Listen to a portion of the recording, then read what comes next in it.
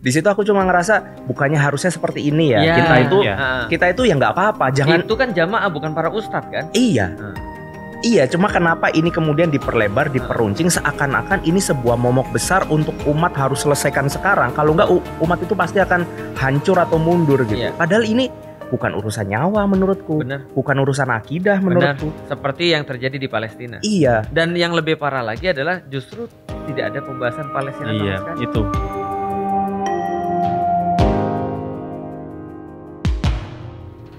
Bismillahirrahmanirrahim. Assalamualaikum warahmatullahi wabarakatuh. Selamat datang di sebuah segmen yang belum dikasih nama oleh kru karena mereka tidak kreatif. Iya. Yang akan mengupas beberapa berita terkini terupdate untuk kita perbincangkan. Oh, antum jangan lupa subscribe. Iya, karena itu gratis, guys. Iya. Oh, editor harus lagi coba. Motiar. Terus apa nih? Ya, jadi kita akan mencoba memanaskan sesuatu yang sudah panas. Oke. Ya, yang ada di sekeliling kita hari-hari ini. Topik pertama, numero uno. Apa nih? Adalah pembahasan tentang musik. Musik, hukumnya apa? Musik itu hukumnya asik. Jadi antum kalau playlist ada nggak di handphone atau ada dong, di mobil? Ada. Aku malah punya beberapa playlist. Apa aja playlistnya? Aku namanya nge-slow nge-fast gitu. Jadi kalau lagi pengen nyetir tapi ada yang tidur, aku pencet yang nge-slow. Kalau nge-slow berarti kan kalau yang lain tidur antum nyetir. Nah, pertanyaanku kenapa antum nggak tidur? Ya kan biar nyampe. Fungsinya itu mobil jalan kan biar nyampe tujuan. Kalau sopirnya tidur, mandek lah. Isinya apa isinya? Kalau nge-fast itu yang aku lagu-lagu yang aku seneng nyanyi. Oh, nggak ada Quran?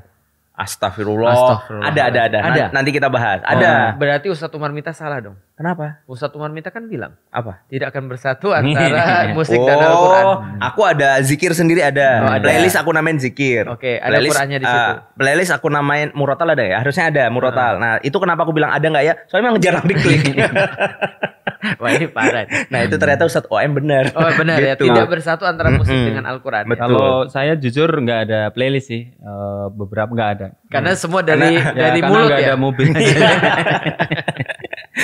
Nggak motor pakai playlist. Ya. Oke, ini kan menarik ya di situasi kita lagi ngadepin ya di luar kita kemudian di Palestina seperti itu, di kondisi kita juga kita diplekoto kanan kiri atas bawah depan belakang. Yang dipilih kok pembahasan ini. Nah, itu loh maksudnya gimana sih kita mendudukkan urgensi pembahasan musik? Oke, kita menerima bahwa setiap orang itu punya pilihan masing-masing. Selama disandarkan kepada dalil, ya sudah kan kita harus legowo. Cuma apa iya pembahasan musik itu harus ada di level se-ekstrim ini? Tapi gitu.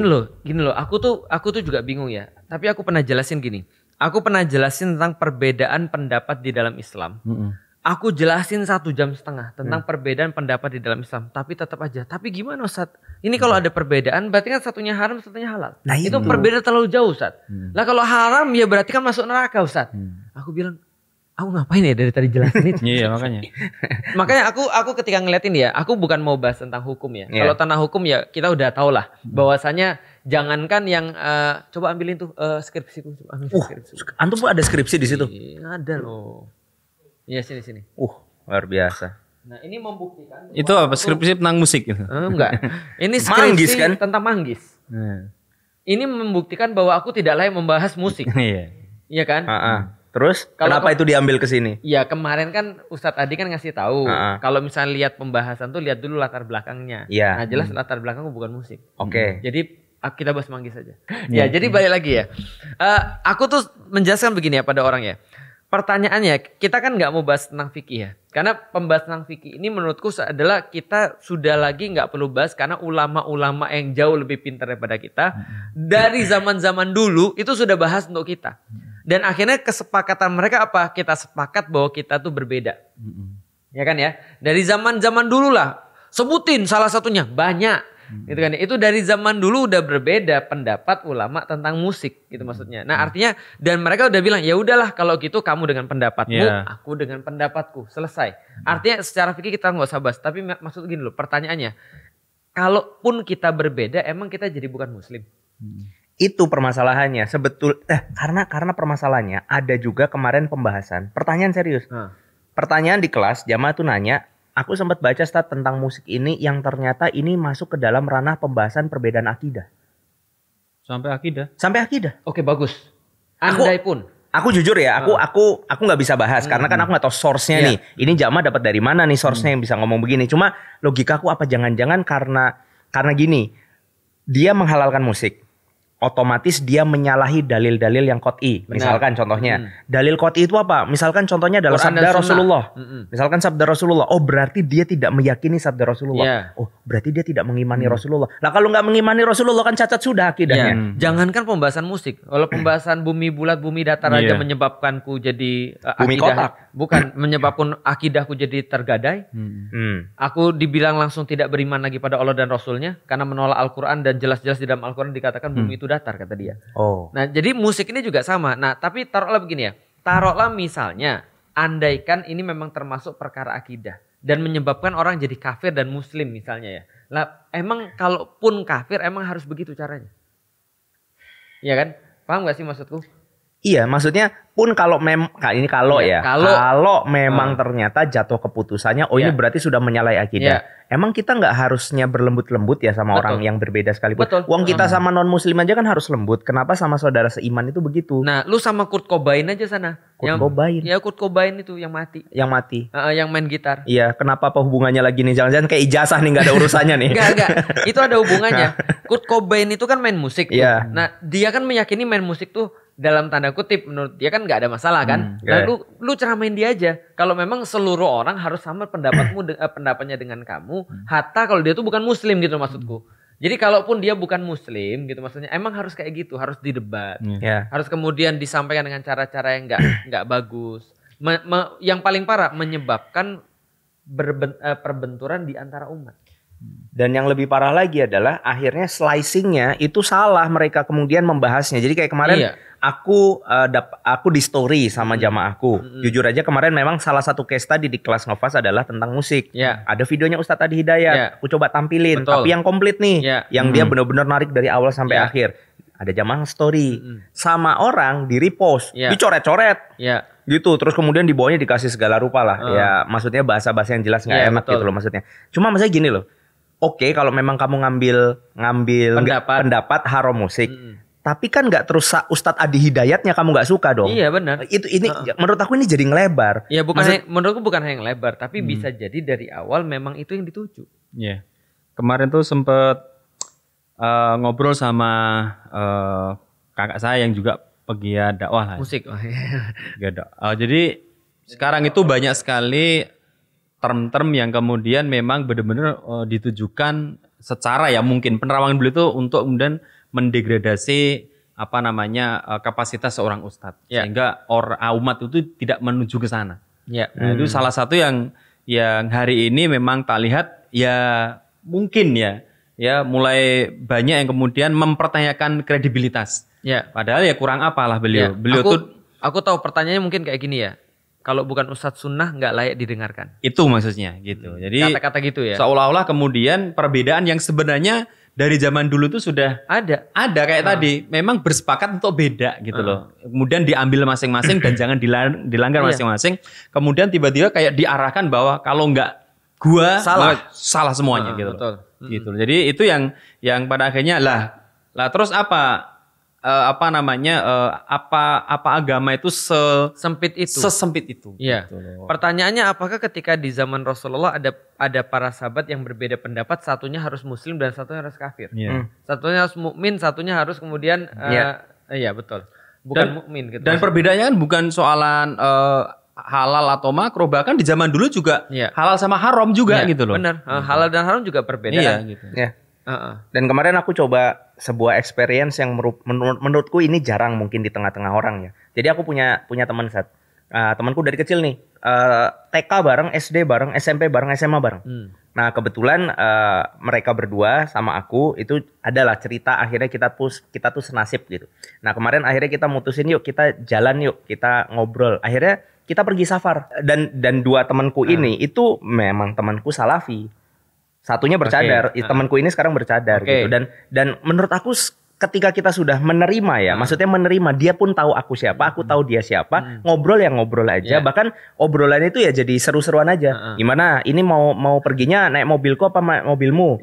Oh, emang kenapa? Ya kalau naik mobilku ada musiknya. Kalau naik mobilmu ya nggak ada musiknya nggak apa-apa, terserah gitu. Ya sudah, kata dia, ya sudah naik mobilku. Ya udah akhirnya aku nggak dengerin musik hari itu gitu kan ya nggak apa-apa juga Ya, nggak apa-apa, terus kemudian kita ngobrol, kemudian kita makan ya gitu-gitu aja sih sebenarnya. Cuma maksudnya di situ aku cuma ngerasa bukannya harusnya seperti ini ya, kita itu ya nggak apa-apa, jangan itu kan jamaah bukan para ustadz kan. Iya, cuma kenapa ini kemudian diperlebar, diperuncing seakan-akan ini sebuah momok besar untuk umat harus selesaikan sekarang. Kalau enggak umat itu pasti akan hancur atau mundur gitu. Padahal ini bukan urusan nyawa menurutku.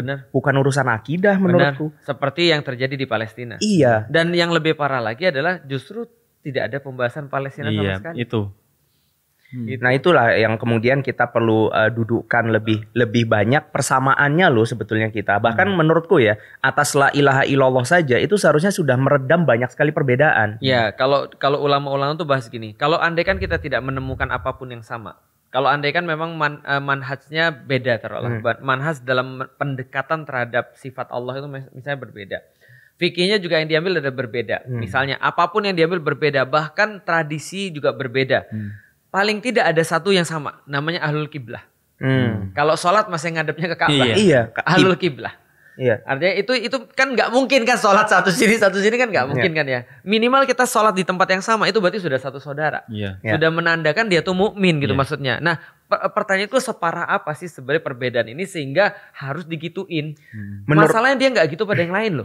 Orang-orang ini nggak begitu pada yang lain. Dan lebih sedih lagi ketika kemudian pembahasan soalan bagaimana sifat Rasulullah kepada yang orang-orang kafir, mereka ceritakan yang lembut-lembutnya. Ketika ada seorang yang meludahi Rasulullah, dijenguk gitu ya. Bagaimana kemudian Islam itu sangat-sangat gitu ya kepada orang-orang yang katakanlah tidak seiman dengannya. Bagaimana kemudian kita bersikap lembut, bagaimana Rasulullah menyampaikan bahwa orang yang kemudian menyakiti orang kafir maka seperti menyakiti Rasulullah itu kemudian dibahas. Tapi ketika ada saudaranya loh, benar-benar ahlul kiblah loh, itu ternyata apa? Berbeda, itu langsung kayak bener-bener bukan lagi seiman tuh udah. Bahkan kafir pun enggak gitu. Makanya yang paling cocok tuh ketika aku baca postingannya Ustadz Umar Mita itu. Bahwasanya di antara orang-orang muslim tuh ada seperti perkataannya Ibnu Qayyim. Ibnu Qayyim tuh pernah bilang bahwasanya ada orang-orang yang selayaknya babi. Ini bukan aku yang ngomong Ini Ibnu Qayyim yang ngomong bahwasanya di antara manusia tuh ada orang-orang yang selayaknya babi. Pasti bau dia. Aku bacain aja karena keteknya 4. Ini lihat ya, selayak babi, tidak pernah tertarik dengan buah segar, tapi bernafsu dengan kotoran dan bekas muntahan. Paham gak maksudnya? Jadi babi itu kalau dikasih makanan yang bagus, dia nggak tertarik. Dia maunya makanan-makanan yang bau, makanan-makanan yang kotor dan bekas muntahan orang. Artinya apa? Maksudnya gini, manusia-manusia itu ketika contoh ya, aku melihat misalnya contoh kayak Ustadz Adi Hidayat misalnya. Di kepalaku itu bukan kepalaku ya, mata batinku asik gitu kan ya. Mata batinku, penglihatanku ya. Itu sudah silau dengan jagonya dia. Jadi kalau aku ketemu tuh aku mikir begini, jangan ngomong dalil depan dia. Nanti ditanya sebelumnya apa, sesudahnya apa. Terus ditanya lagi ini terletaknya di mana, halaman berapa, sebelah mana.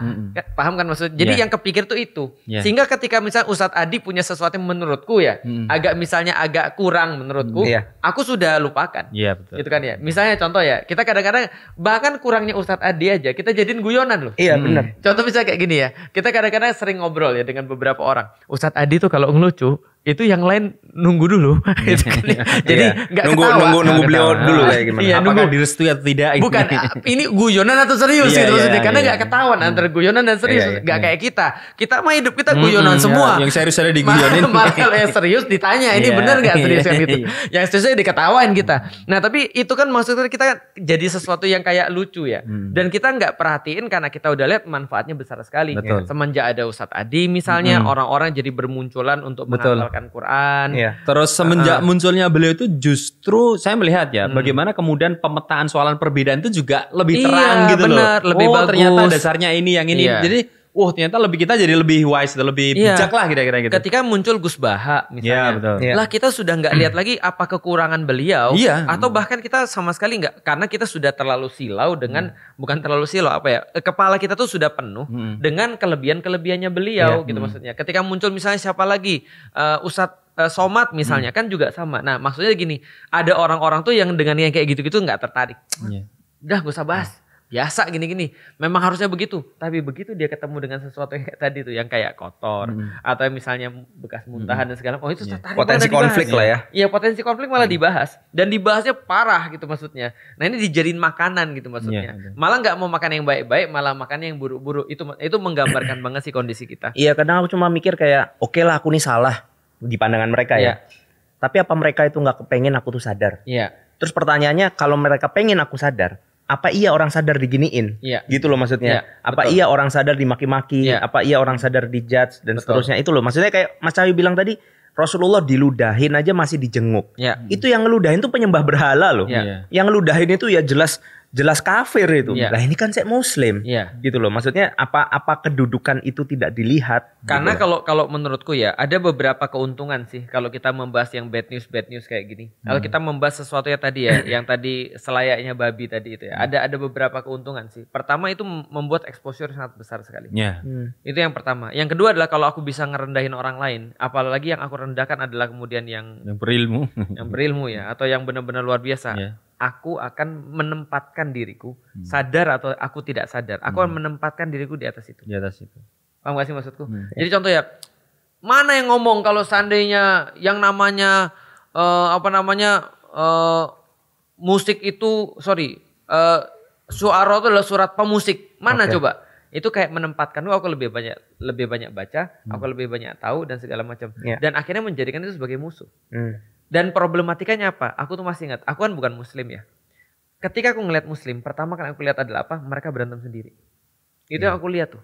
Di antara yang lain ya, jorok, nggak mau tepatin janji. Ini sebelum antum masuk tidak Islam. Punya etos kerja, bagiku kan begitu ya pandanganku tentang Islam. Lalu kemudian apa? Agama yang padang pasir, agama yang masa lalu, tidak modern. Yang paling nyata adalah mereka saling ribut satu sama lain. Itu yang kelihatan kepadaku. Dan orang-orang mana mau tahu tentang perdebatan musik atau tidak musik. Itu maksudnya. Yang mereka lihat adalah ini orang muslim kayak gini. Ya impactnya. Impactnya. Dan ini dilihat sama-sama Ustadz. Yang kesian Ustadz Adi. Ustadz Adi kan gak pernah ngelayanin apapun ya menurutku yang kayak gini-gini ya. Maksudnya beliau dakwah lurus gitu maksudnya. Tiba-tiba ada yang nyenggol gitu maksudnya. Dan kenapa sih gak dibicarakan dengan cara yang lebih bagus gitu maksudnya. Nah yang di kepalaku itu bagaimana orang tuh menyikapi perbedaan ini masih belum dewasa sih menurutku. Iya. Alih-alih kemudian kita bisa berukhuwah, malah umat lain jadi ngelihat kita tuh ya ngapain Islam.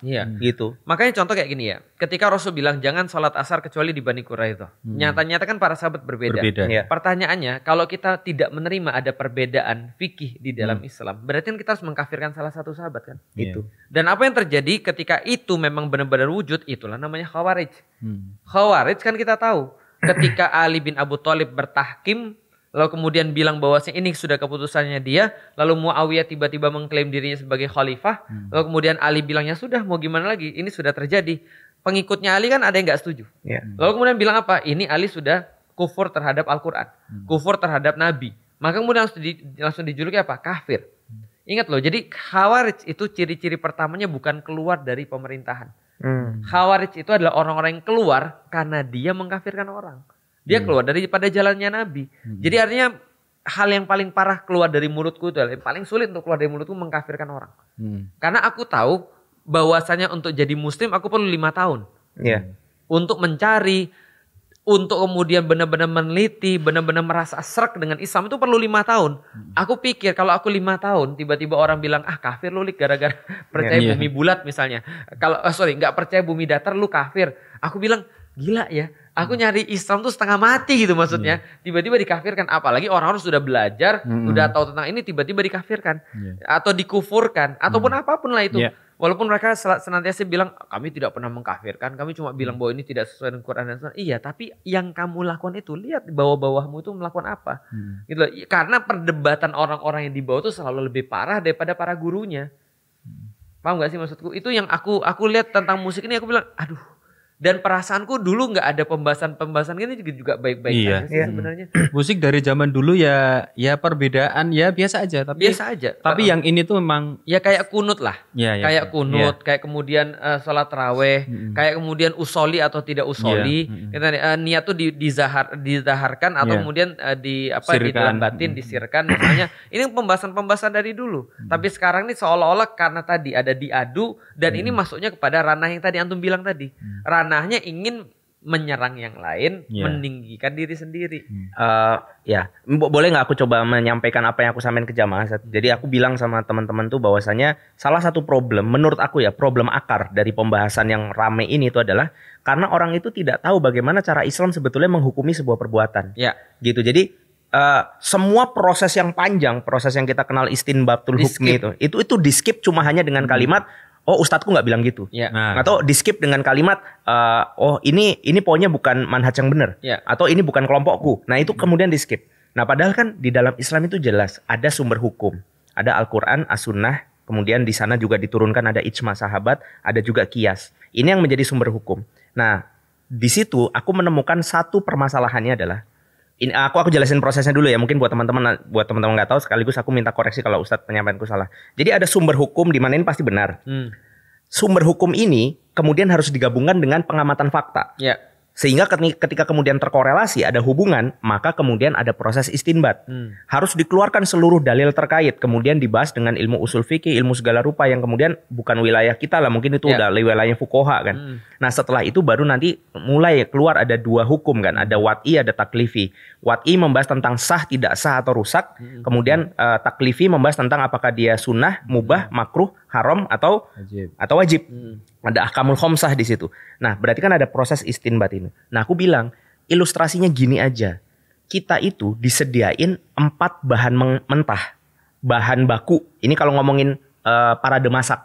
Parade memasak itu kan ada beberapa koki, oke? Di sini ada 4 bahan baku yang dari panitia. Panitia sudah menyediakan 4 bahan baku. Ya, tadi aku sebutnya Al-Quran, As-Sunnah, ijma sahabat dan qiyas. Nah, 4 bahan baku ini harus dimasak. Nah, proses masaknya kan istinbatul hukmi. Ada koki-kokinya di situ. Pertanyaannya, aku nanya juga sama jamaah, Bu, kalau dikasih sediain 4 bahan, ibu-ibu masak dengan cara yang sama, ada 4 ibu-ibu masak dengan cara yang sama. Pertanyaannya, nasi gorengnya rasanya sama atau beda? Jawabannya beda. Beda mas, karena ya bisa jadi masukin garamnya kapan, bisa jadi ngolahnya siapaan gitu. Jadi artinya kita harus sadar bahwa dengan bahan baku yang sama saja, itu mungkin muncul perbedaan rasa. Sehingga perbedaan mazhab itu adalah cara kita memilih rasa yang cocok buat kita. Betul. Selama itu kemudian dimasaknya dari 4 sumber bahan baku yang disediakan panitia, nggak ada masalah. Yang masalah adalah perbedaan yang ketika ditelusur ternyata dia menambahkan bahan baku di luar yang ditetapkan panitia. Dia bikin lagi misalkan bahan baku yang lain. Nah itu jelas koki yang harus kita singkirkan. Itu yang nggak boleh diikuti. Nah gitu. Nah sekarang proses ini semua ini terjadi 2 kesalahan. Yang pertama diringkas dengan kalimat yang penting ustadku nggak gitu. Atau terlalu singkat dalam menghukumi sesuatu. Kayak contohnya ambil satu dalil langsung dihukumi. Tanpa melihat apapun. Sambil ambil satu hadis. Ini kata hadis ini sudah jelas begini. Berarti hukumnya begini. Aku bilang sama jamaahku, kalau kamu ambil satu bahan langsung kamu makan, itu sama kayak kamu makan bawang mentah. Ini belum dimasak. Kalau kita mau ngebahas tentang musik, kalian harus keluarkan seluruh dalil terkait musik. Al-Qur'annya ada enggak korelasinya? Hadisnya ada enggak korelasinya? Bagaimana kemudian segala rupa lah dengan ilmu balaghah, ilmu apa segala rupa ya. Nasih, mansuh, ada tafsir, ada apa di tarjih mungkin di apa segala rupa. Asbabul nuzulnya, asbabul wurudnya itu kan harus dibongkar semua gitu kan ya. Jadi tidak boleh kemudian kita cuma modal satu hadis, modal satu ayat langsung dihukum. Itu kalau kayak gitu, aku aja bisa loh bikin orang bom bunuh diri kalau bisa. Iya kan? Dalil-dalil Quran tarik satu gitu lah. Bunuhlah mereka. Wa qatiluhum, udah selesai. Dan bunuhlah mereka orang-orang kafir. Selesai, aku bisa nyuruh orang bom bunuh diri itu. Artinya kita nggak boleh menarik satu dalil langsung menghukumi sesuatu karena ini bahan. Proses yang harus dimasak oleh para ulama di mana atas keilmuan mereka perbedaan itu niscaya gitu. Itu pasti akan terjadi. Atau misalnya ketika seperti kita ngomong misalnya, dulu kafir Quraisy itu berkumpul di Darul Nadwah. Ketuanya adalah Walid bin Mughirah. Nah, kalau zaman sekarang tuh mungkin kayak apa ya? Oh, kayak DPR. Orang mengerti. Terus kita dibilang Darul Nadwah sama kayak DPR. Ya enggak lah. Kita cuma ngasih tahu aja bahwa ini maksudnya zaman dulu kita relate kan zaman sekarang biar orang tuh ngerti. Iya. Biar gampang untuk membayangkan. Bayangin contoh misalnya kalau zaman sekarang tuh kayak presiden. Zaman sekarang tuh kayak menteri. Zaman sekarang kayak ini kan biar orang kan ngerelate gitu maksudnya. Nah, ini kadang-kadang terus langsung dibilang itu balik lagi. Jadi nyari-nyari masalah. Sebenarnya urusannya tinggal suka nggak suka sih. Iya, benar. Aku juga gitu. Kadang aku menganalogikan sesuatu, orang salah nangkep. Ternyata setelah aku telusur, Yancen mereka dia nggak suka sama aku. Iya. Mau gimana? Benar. Gini loh, analogi itu kan mencari kesamaan atas sesuatu yang memang berbeda. Betul. Artinya kalau mau Maka dibahas, dianalogiin. Kalau sudah sama. Kalau sama nggak perlu dianalogiin dong. Apel sama apel ngapain dianalogiin? Betul. Ini karena apel sama jeruk, ini dianalogiin. Oh ini sama-sama buah-buahan. Iya. Loh tapi kan beda. Itu kuning satunya merah. Lancen. Lah memang beda. Kalau nggak beda nggak dianalogiin. Cuma kan lucunya ketika orang menganalogikan nyarinya bedanya gitu loh. Jadi memang kalau dianalogikan itu karena berbeda Joni. Cepi. Tapi nanti tuh dibantah lagi tuh yang soal bahan mentah itu. Apa tuh? Mereka mengatakan tidak semua bahan itu harus dimasak. Memang harus langsung dimakan kan gitu. Pada akhirnya disitulah perbedaan. Yang satu menganggap itu harus dimasak, yang satu tidak boleh dimasak. Nah makanya aku bilang itulah perlu diajak ke Turki. Nah itu. Nah terus pas di Bosporus tak tinggal. Atau pas di Menara Galata kita senggol dikit aja. Ya, jangan sampai berbeda mazhab udah kayak beda agama. Iya. Orang beda agama aja kita nggak kayak gitu kok. Tapi kalau milih mazhab, iya benar. Contoh ya, aku tuh sama bapak aku tuh beda. Ya jelas lah. Jelas kan? Agamanya beda. Tapi bapakku ketika nelpon aku kan nggak pernah menyoroti perbedaan-perbedaan itu. Iya. Paham kan maksudku kan? Aku sama antum juga ada beda banyak. Beda jelas. Beda. Tapi ya nggak apa-apa. Iya, tetap aku benci. Iya. Tetap aja aku kesel tapi nggak bisa ngelawan. Iya, makanya artinya gini, maksudku tuh adalah yang harus dipikirin itu harusnya adalah efek ke depan tuh seperti apa kalau memang menganggap ini perjuangan. Maka yang terjadi faktanya adalah Baitul Maqdis itu ketika hilang itu adalah nyata-nyata kita tuh lemah.